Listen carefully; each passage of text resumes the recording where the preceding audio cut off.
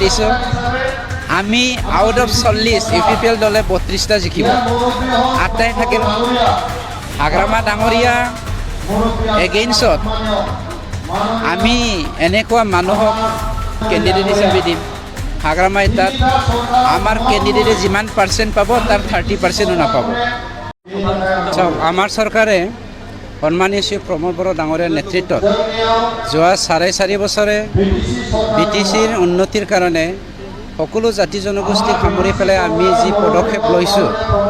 এই সকলো চৰকাৰী আঁচনিবিলাকক আমি কোনো জাত পাত নোচোৱাকৈ ধৰ্মৰ ওপৰত নিৰ্ভৰ নকৰাকৈ সকলোকে আমি সামৰি পেলাই উন্নতিৰ কাৰণে কাম কৰিছোঁ আৰু এই উন্নতিৰ লগত ইনভলভ থকা আমাৰ যিসকল হিতাধিকাৰীসকল আছে এই হিতাধিকাৰীসকলৰ লগত আমাৰ আলাপ আলোচনা কৰিবৰ কাৰণে আজিৰ মিটিংখন লোৱা হৈছে আৰু তেনে এই সভাটো আমি 40টা সমষ্টিতে লৈছোঁ বিজেপি অকলশৰীয়াভাৱে নিৰ্বাচন হৈছে তেনে ক্ষেত্ৰত যোৱাকালি ভাৰত এখন গণতন্ত্ৰ দেশ 70 বছৰৰ পাছত আমাৰ BTC অঞ্চলত যদিও গণতন্ত্ৰ দেশ গণতন্ত্ৰটো আমাৰ 70 বছৰৰ পাছত BTCত প্ৰতিষ্ঠা হৈছেহে আৰু সেইটো প্ৰতিষ্ঠা হৈছে স্বয়ং সন্মানীয় শ্ৰী প্ৰমোদ বড়ো ডাঙৰীয়াৰ নেতৃত্বত আমাৰ চৰকাৰৰ উদ্যোগত গতিকে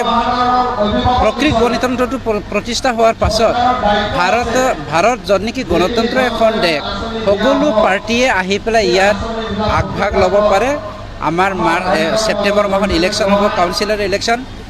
আমি সকলো পাৰ্টিকে ৱেলকাম কৰিছোঁ আমাৰ BTCবাসীয়ে আপুনিও আপোনাৰ মাধ্যমৰ দ্বাৰাই আপোনাৰ মাধ্যমেৰে অনুৰোধ কৰক আহক BTCত আমি য'ত নেকি শান্তি আৰু সমন্বয়তা কৰিছোঁ আপোনাৰ গণতন্ত্ৰটো প্ৰতিষ্ঠা কৰিছোঁ আমি গণতান্ত্ৰিক পদ্ধতিৰে কাৰ দ্বাৰাই কাক দিলে আমাৰ BTCৰ উন্নতিৰ হ'ব কাৰ দ্বাৰাই BTCত যোগামিকাই নিজাকৈ আমি কেনেকৈ শান্তি প্ৰতিষ্ঠা কৰিব পাৰিম ইয়াৰ কাৰণে কাম কৰোঁ হাগ্ৰামা মহিলাৰ নিজে শূন্য হ'বলৈ গৈ আছে আপুনি আজি কেই তাৰিখ আজি 29 কি হয় জুন 29 জুন ছেপ্টেম্বৰৰ 29 তাৰিখে মই আপোনালোকৰ চালমাৰীত আহিম আৰু মই আপোনালোকক আজি কথা দিছোঁ আমি আউট অফ 40 UPPL দলে 32টা জিকিব 8টাই থাকিল 8টাটো আমাৰ সহযোগী দল আছে হয়নে নহয় বৰ্তমান য'ত নেকি আমি সকলো লগতে মিলাপ্ৰীতিৰে য'ত নেকি চৰকাৰ বনাইছোঁ গতিকে 8টাত আৰু কি BPF থাকিব নেকি হাগ্ৰামা ডাঙৰীয়া এগেইনষ্টত আমি এনেকুৱা মানুহক হেৰি হিচাপে দিম কেণ্ডিডেট হিচাপে দিম হাগ্ৰামা এটাত আমাৰ কেণ্ডিডেটে যিমান পাৰ্চেণ্ট পাব তাৰ 30%ও নাপাব গতিকে হাগ্ৰামাই নিজে জিকি লওকচোন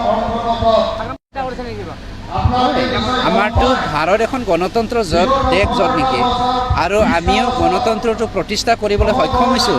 70 বছৰৰ পাছত গণতান্ত্ৰিকভাৱে আমি মহিলাসকলক অধিকাৰ দিয়াটো আমাৰ দায়িত্ব গতিকে মহিলা প্ৰাৰ্থী দিয়াটো আমাৰ 33% মহিলা প্ৰাৰ্থী দিয়াটো আমাৰ প্ৰাপ্য